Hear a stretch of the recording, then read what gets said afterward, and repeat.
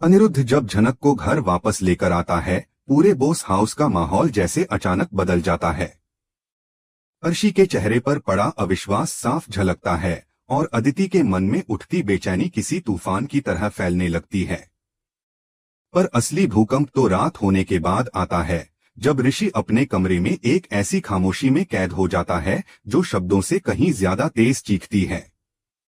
यह कमरा, जो एक नए जोड़े के लिए खुशी का ठिकाना होना चाहिए था, उस रात किसी जेल की तरह लगने लगता है।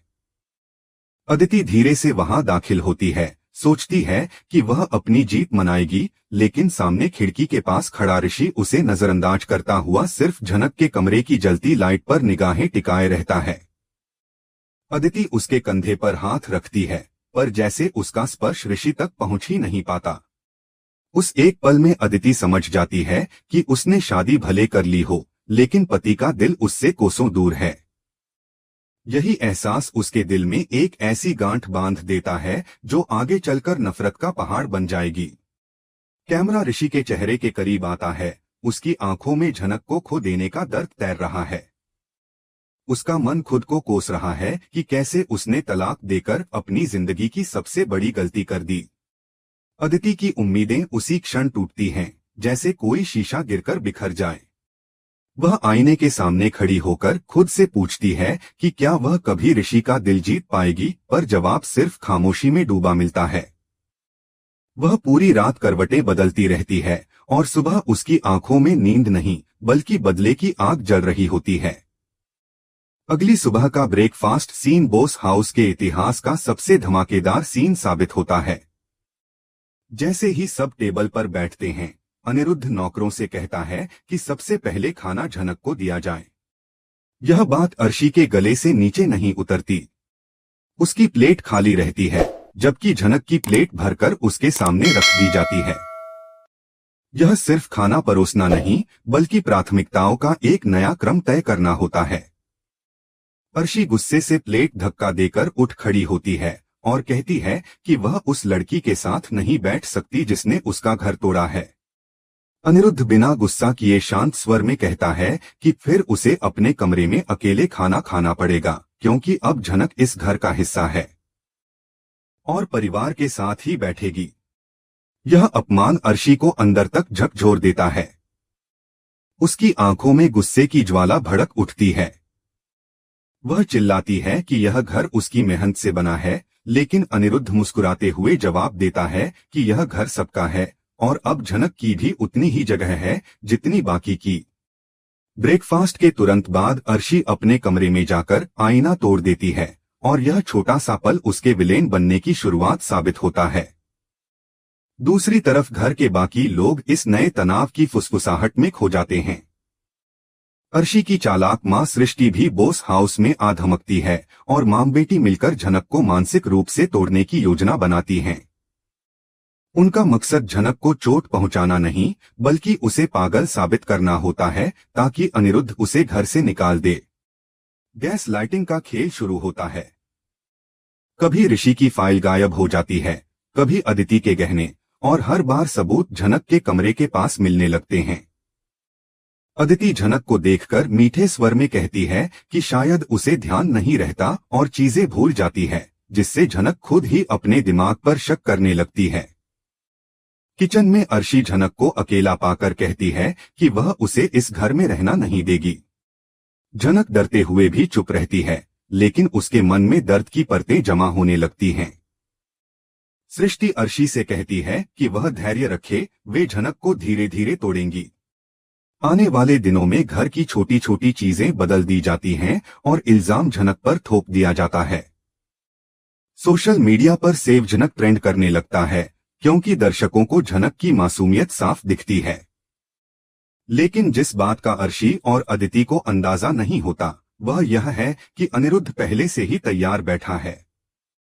उसने घर में छुपे हुए सीसीटीवी कैमरे लगवा दिए होते हैं, जिनकी खबर दोनों लड़कियों को नहीं होती।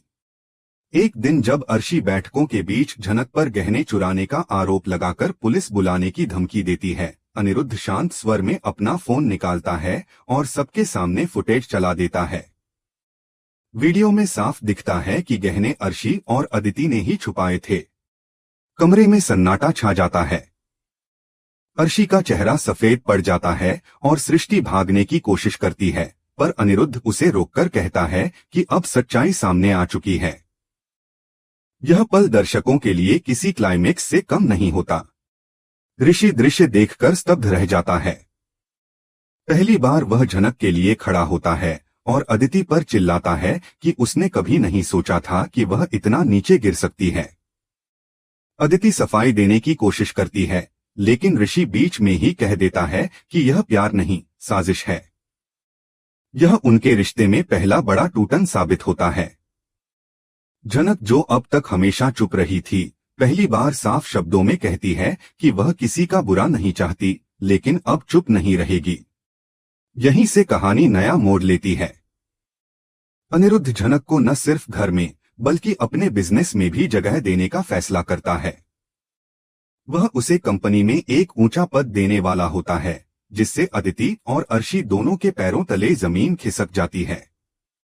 ऑफिस में झनक की एंट्री किसी हीरोइन की तरह होती है, प्रोफेशन सूट, बंधे बाल और आत्मविश्वास। ऋषि उसकी ओर देखते ही खो जाता है और अदिति की जलन बढ़ जाती है। मीटिंग में झनक अपने डांस इवेंट का प्रेजेंटेशन देती है और सभी उसकी तारीफ करते हैं। अनिरुद्ध खुलकर उसका समर्थन करता है और अदिति का चेहरा उतर जाता है। काम के दौरान ऋषि और झनक के बीच पुरानी भावनाएं फिर जगने लगती हैं। कभी हाथ टकराते हैं, कभी देर रात साथ काम करने की नौबत आती है। एक दिन ऑफिस की लिफ्ट बंद हो जाती है और दोनों उसमें फंस जाते हैं। घुटन, अंधेरा और पुरानी यादें। ऋषि अपनी भावनाओं पर काबू नहीं रख पाता और कुछ कहने ही वाला होता है कि लाइट आ जाती है। बाहर खड़ी अदिति उनकी हालत देखकर गलतफहमी पाल लेती है और पूरे ऑफिस में झनक पर चरित्रहीन होने का आरोप लगाती है। सब फुसफुसाते हैं, पर झनक चुप नहीं बैठती। बाद में कैफे में ऋषि माफी मांगता है और झनक मुस्कुराकर कहती है, मुझे बचाना मत, बस साथ देना। उस पल में दोनों की आंखों में जो भाव होते हैं, दर्शक वहीं जीत जाते हैं। कहानी यहीं से असली आग पकड़ेगी, क्योंकि अदिति अपनी डायरी में लिखती है कि वह हार नहीं मानेगी, चाहे कुछ भी हो जाए। झनक अपनी नई पहचान बना रही है और अनिरुद्ध की दुनिया में उसका कद बढ़ता जा रहा है। अब तक हमने झनक को रोते हुए देखा है, लेकिन अब अनिरुद्ध के समर्थन ने उसमें एक नया आत्मविश्वास भर दिया है। झनक अब उस लड़की के रूप में सामने आएगी जिसे देखकर सब हैरान हो जाएंगे। उसने अदिति को खुली चुनौती दी है और कहा कि मेरे चरित्र पर उंगली उठाने से पहले अपने गिरेबान में झांको। झनक अदिति की आंखों में आंखें डालकर कहेगी, तुम्हें पता था कि ऋषि मुझसे प्यार करता है, फिर भी तुमने जिद करके शादी की। घर तोड़ने वाली मैं नहीं, तुम हो। इस मौके पर झनक का रौद्र रूप देखकर ऋषि भी चौंक जाएगा। उसे झनक में एक नई गरिमा और ताकत नजर आएगी, जो उसे और भी ज्यादा आकर्षित करेगी। आगे का सीन घर पर होगा, जहां ऋषि झनक से माफी मांगेगा। वह कहेगा, मैंने तुम्हें खो दिया, लेकिन अब मैं तुम्हें दोबारा पालूंगा। झनक मुस्कुराएगी, लेकिन कहेगी, प्यार शब्दों से नहीं, कर्मों से साबित होता है। यह डायलॉग दर्शकों के दिलों में एक छाप छोड़ जाएगा। अदिति अकेले अपने कमरे में रोते हुए अपनी माँ से कहेगी, माँ, मैं हार रही हूँ, ये दोनों मुझे कुचल डालेंगे। लेकिन सृष्टि उसे तसल्ली देगी, बेटी, अभी खेल खत्म नहीं हुआ है, हम अर्शी के साथ मिलकर कुछ बड़ा करेंगे। झनक का यह ट्रांसफॉर्मेशन शो का हाईलाइट होगा। वह डांस प्रैक्टिस करते हुए अपनी ताकत दिखाएगी और ऋषि को यह देखने का मौका मिलेगा, जिससे पुराने दिनों की यादें ताजा हो जाएंगी। दर्शक कमेंट्स में कहेंगे, झनक क्वीन है। अदिति की जलन इतनी बढ़ जाएगी कि वह ऑफिस में झनक के प्रोजेक्ट्स को साइबोटाज करने की कोशिश करेगी, लेकिन अनिरुद्ध की नजर में आ जाएगी। इस बीच एक बड़ा ट्विस्ट आने वाला है। अर्शी, जो अब तक अपनी चालों में नाकाम रही है, अपने सबसे खतरनाक मोहरे का इस्तेमाल करने जा रही है, और वह मोहरा है तेजस। जी हाँ, तेजस की वापसी होने वाली है और इस बार वह अर्शी के बुलावे पर आ रहा है। अर्शी का प्लान है कि किसी भी तरह से झनक को तेजस के साथ फंसा दिया जाए, ताकि अनिरुद्ध को लगे कि झनक अब भी उस गुंडे के संपर्क में है। एक पार्टी का आयोजन किया जाएगा, शायद अनिरुद्ध और अर्शी की सालगिरह या किसी बिजनेस सक्सेस की पार्टी। इस पार्टी में शहर के बड़े बड़े लोग आएंगे। अर्शी ने प्लान बनाया है कि झनक की ड्रिंक में कुछ मिला दिया जाए और फिर तेजस उसे किसी कमरे में ले जाए। पार्टी की तैयारी के सीन दिखाए जाएंगे, जहां अर्शी सृष्टि से कहेगी आज रात झनक का अंत हो जाएगा। तेजस को अच्छे पैसे दिए गए हैं और वह काम करेगा। सृष्टि चिंतित होगी, लेकिन अर्शी हंसते हुए कहेगी रिस्क तो लेना पड़ेगा ना माँ। तेजस को कॉल करते हुए अर्शी कहेगी तेजस याद रखना, झनक को डराना है, लेकिन ज्यादा नहीं, बस इतना कि अनिरुद्ध को शक हो जाए।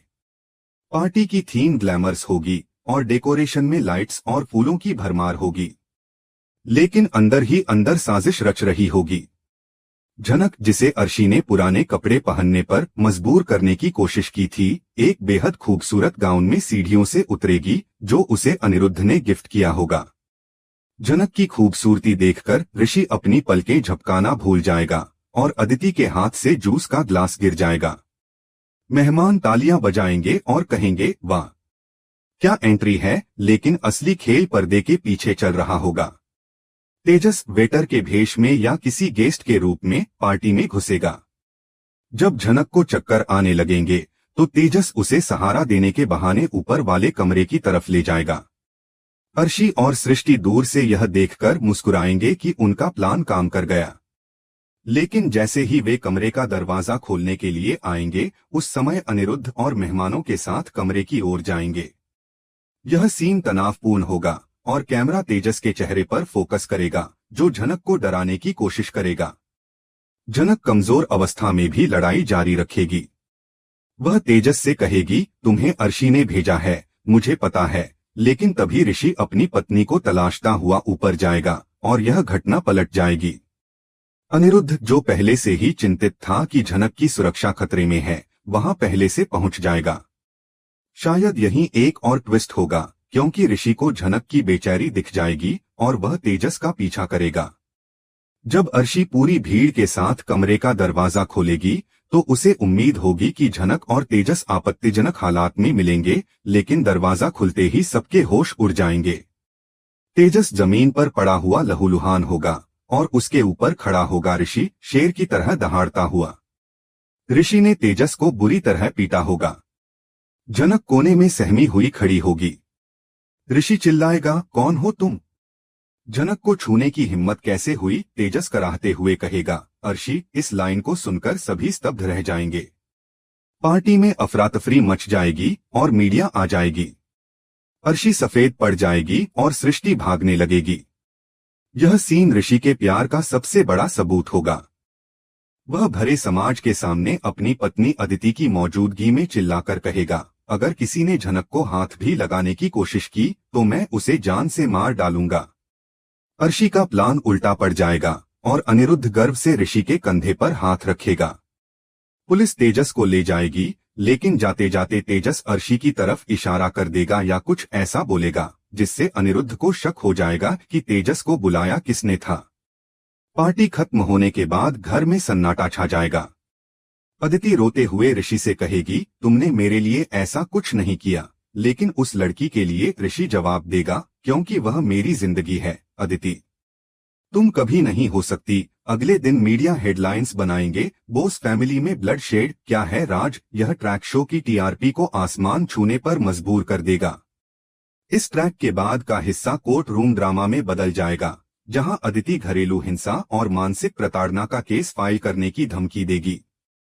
अर्शी पूरी तरह से विलेन बन चुकी होगी और कोर्ट में अनिरुद्ध के खिलाफ गवाही देगी। वह अनिरुद्ध के पुराने राज नूतन के साथ उसके रिश्ते को पब्लिक कर देगी, जिससे अनिरुद्ध की इमेज खराब होगी। कोर्ट के बाहर कैमरा अनिरुद्ध को अकेला दिखाएगा, जो पुरानी तस्वीरों को देखकर भावुक हो जाएगा। वह झनक से कहेगा, मैंने बहुत गलतियां की, लेकिन अब मैं सुधार रहा हूं। तुम्हारा साथ ही मेरी ताकत है। अदिति के वकील अनिरुद्ध को ब्लैकमेल करेंगे, लेकिन अनिरुद्ध डटकर लड़ेगा। कोर्ट रूम के सीन इंटेंस होंगे और जज सवाल पूछेगा, क्या आपके पास प्रूफ है?